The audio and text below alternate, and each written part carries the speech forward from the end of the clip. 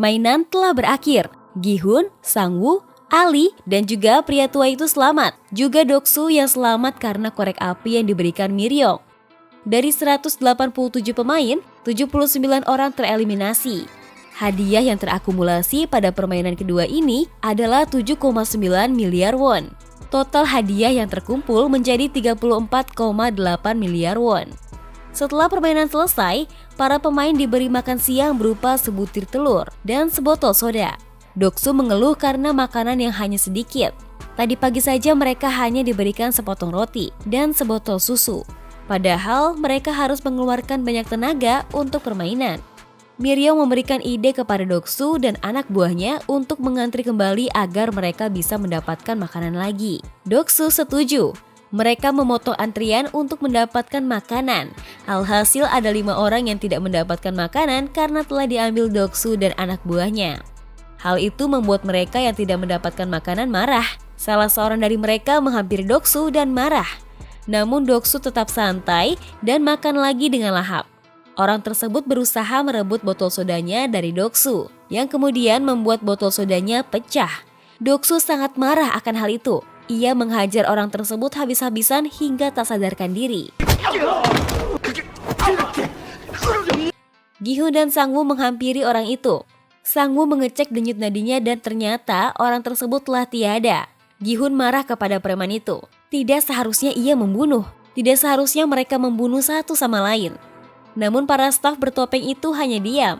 Orang yang mati tersebut terhitung tereliminasi dan uang hadiah pun bertambah. Doksu tersenyum senang melihatnya. Orang-orang yang tereliminasi dimasukkan ke dalam peti lalu dikremasi oleh para staf. Junho juga ada di sana. Yang awalnya ia memakai topeng simbol segitiga sebagai bawahan, sekarang ia memakai topeng simbol persegi dengan kedudukan lebih tinggi. Topeng itu adalah topeng yang ia dapat dari staf yang ditembak mati kemarin. Ketika Junho sedang berganti topeng, ia ditegur oleh staf lain yang bertopeng segitiga karena ada di sana tanpa melakukan tugas. Namun ketika Junho berbalik dan memperlihatkan topengnya, staf tersebut langsung meminta maaf. Junho telah tahu taktiknya. Ia hanya mengatakan kepada staf untuk berbicara setelah atasan mengizinkannya. Lalu Junho pergi. Salah satu dari pemain yang berprofesi sebagai dokter ilegal, ia bekerja sama dengan beberapa staf untuk membedah mayat orang-orang yang tereliminasi dan mengambil organ tubuhnya lalu dijual kembali oleh mereka. Setelah kejadian kematian akibat Doksu dan anak buahnya seperti merencanakan sesuatu. Oleh sebab itu mereka semua mempersiapkan diri. Begitupun dengan Gi-hun, Sang-woo, dan Ali yang bersiap-siap untuk bertempur. Mereka juga menjaga pria tua itu. Gi-hun melihat bahwa Doksu sangat membenci Sae-byok. Gi-hun yang kasihan melihat Sae-byok yang sendirian mengajaknya untuk bergabung jika terjadi apa-apa. Namun Sae-byok menolaknya. Ia mengatakan bahwa ia tidak percaya manusia, terutama yang berakhir di tempat seperti itu. Gi-hun meyakinkannya dengan mengatakan bahwa terkadang kita mempercayai orang bukan karena dapat dipercaya, tetapi karena tak ada lagi tempat untuk bersandar. Sae-byok hanya mampu terdiam mendengarnya. Dokter ilegal itu telah selesai membedah mayat dengan dibantu oleh 2 staf. Mereka juga bekerja sama dengan staf yang menjaga CCTV agar pergerakan mereka tidak terdeteksi. Selain itu, ada 2 staf yang juga bertugas mengantarkan organ tubuh. Namun malam itu hanya 1 yang datang. Dokter ilegal itu tak peduli. Ia menanyakan permainan apa selanjutnya agar ia bisa selamat kembali. Karena jika tereliminasi, maka mereka tidak akan bisa melakukan tindakan ilegal itu lagi. Staf itu memberikan sebuah telur yang di dalamnya ada gulungan kertas nama permainan sebagai petunjuk. Dan juga memperingatkan dokter itu agar berhati-hati karena akan ada saling bunuh malam itu. Para staf sengaja hanya memberikan makanan sedikit agar terjadi kekacauan. Dan menyarankan dokter itu agar mencari tim terkuat di sana. Itulah cara bertahan hidup. Dokter itu kembali ke kamar pemain dan mencari tim yang ia anggap terkuat. Ia memilih tim Doksu.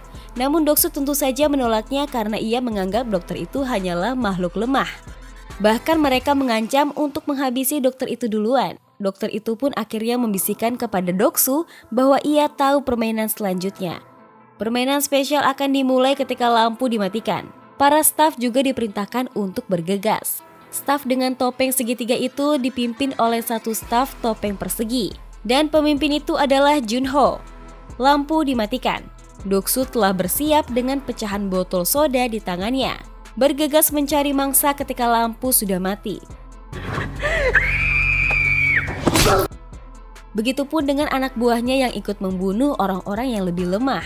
Doksu juga mengincar Sae-byok. Sae-byok berusaha untuk melawan dengan menggunakan pisau yang ia bawa. Namun Doksu dan anak buahnya terus menghajarnya. Kejadian itu sengaja dibuat oleh para atasan staf agar para pemain bisa saling membunuh untuk menyingkirkan yang lemah. Bisa dilihat dari staf tertinggi yang memakai topeng hitam yang mengawasi kejadian itu. Kejadian itu dinamakan permainan spesial. Lampu sengaja dikedipkan agar mereka bisa melihat walau secara samar. Tempat-tempat tidur pun juga sengaja dirobohkan hingga Gi-hun pun ikut terjepit. Gi-hun yang diincar oleh anak buah Doksu dibantu oleh Ali dan Sang-woo. Berkat kerjasama mereka bisa tetap bertahan.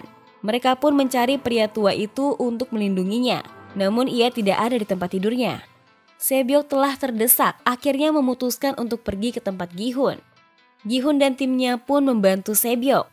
Dosuk marah karena merasa Gi-hun pun akan diuntungkan jika sedikit yang bertahan. Gi-hun dengan tegas mengatakan bahwa Sae-byok adalah bagian dari timnya, dan hal itu membuat Sae-byok merasa terharu. Di tengah keadaan yang sangat kacau, pria tua yang sudah berada di tempat tidur paling atas berteriak agar permainan spesial itu dihentikan. Karena jika tidak, mungkin semua akan mati karena saling membunuh satu sama lain. Staf bertopeng hitam itu pun memerintahkan yang lain untuk menghentikan permainan. Staf yang bertugas bersama Junho masuk ke kamar pemain yang sudah sangat kacau dan mengangkut mayat-mayat yang sudah berserakan. Junho melihat ke arah sekeliling. Ia juga menghampiri Gi-hun untuk menanyakan apakah ada pemain yang bernama Hwang In-ho. Gi-hun menjawab bahwa mereka tidak tahu nama satu sama lain. Dan Gi-hun pun kembali berkumpul bersama timnya dan terpikir untuk menanyakan nama-nama anggota timnya. Mereka saling memperkenalkan diri termasuk Ali yang bilang bahwa ia berasal dari Pakistan. Sae-byok yang awalnya menolak untuk memperkenalkan diri pun akhirnya memberitahukan namanya. Ali juga menanyakan nama pria tua itu. Namun pria tua itu sepertinya masih sangat trauma dengan kejadian barusan. Badannya pun masih bergetar. Gi-hun pun berusaha menenangkannya. Doksu terluka di bagian pahanya karena ditusuk pisau oleh Sae-byok.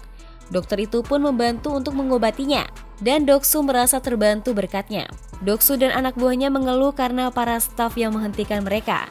Padahal mereka adalah dalang di balik semuanya.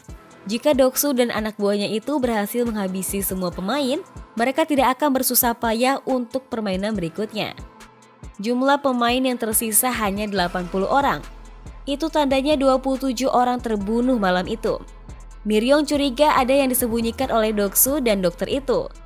Untuk mencari tahu, ia sengaja menggoda Doksu. Demi bisa meyakinkan Miryong, ia berjanji untuk selalu berada di sisi Miryong. Miryong pun mengancamnya untuk membunuhnya jika Doksu tega mengkhianatinya. Waktunya tidur. Ketika lampu dipadamkan, Junho kembali menulis jurnal di ponselnya. Ia mendengar ada seseorang yang batuk lagi dan ia sadar bahwa itu bukanlah batuk biasa, melainkan sebuah kode Morse yang berarti nomor 29.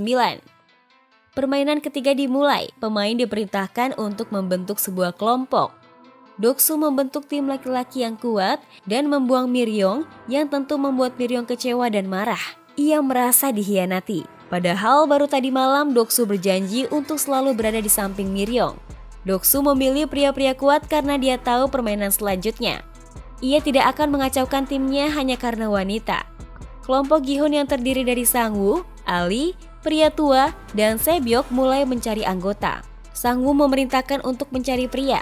Namun yang mereka dapatkan justru 7 orang pria dan 2 orang wanita. Masih kurang 1 orang lagi, tiba-tiba Miryong datang dan menawarkan diri. Sang-woo ingin menolak, namun waktu pemilihan tim telah habis. Kelompoknya yang kurang 1 orang akhirnya memilih Miryong untuk bergabung. Mereka dibawa ke arena permainan. Di sana terlihat sebuah tali yang melintang panjang di atas. Mereka akan bermain tarik tambang. Yang kalah akan langsung terjun bebas dari ketinggian dan akan dinyatakan tereliminasi. Akan sulit bertahan hidup jika sudah jatuh dari ketinggian. Babak pertama dimulai. Kelompok pertama yaitu kelompok Doksu akan melawan kelompok 7. Tentu Doksu dengan timnya yang sangat kuat dapat memenangkan permainan dengan begitu mudahnya. Babak kedua dimulai. Kelompok 4 yaitu kelompok Gi-hun akan melawan kelompok 5 yang beranggotakan pria semua. Dilihat dari kekuatan, tim Gi-hun pasti kalah karena di timnya bahkan ada 3 wanita dan 1 pria tua. Namun tarik tambang bukan hanya tentang kekuatan, tapi juga tentang strategi. Pria tua itu memberikan strategi yang pernah ia lakukan ketika dulu berhasil mengalahkan tim terkuat pada masanya. Caranya adalah dengan menempatkan yang tergagah dan berani di paling depan dan yang terkuat di paling belakang. Anggota tim berdiri di kiri dan kanan secara selang-seling. Posisikan kedua kaki sejajar dan menghadap ke depan. Letakkan tali di atas ketiak agar bisa mengerahkan seluruh tenaga. Untuk 10 detik pertama, tim hanya harus bertahan di tempat dengan bersandar hingga bisa melihat pangkal paha orang di belakang. Lalu ketika tim lawan kehilangan ritmenya, tarik tali sekuat mungkin. Cara itu berhasil namun mereka hampir gagal kembali. Sang-woo dengan otak cerdiknya memberikan ide untuk maju 3 langkah dan membuat lawan terjatuh. Ketika lawan terjatuh, mereka akan kehilangan keseimbangan sehingga tali akan mudah ditarik.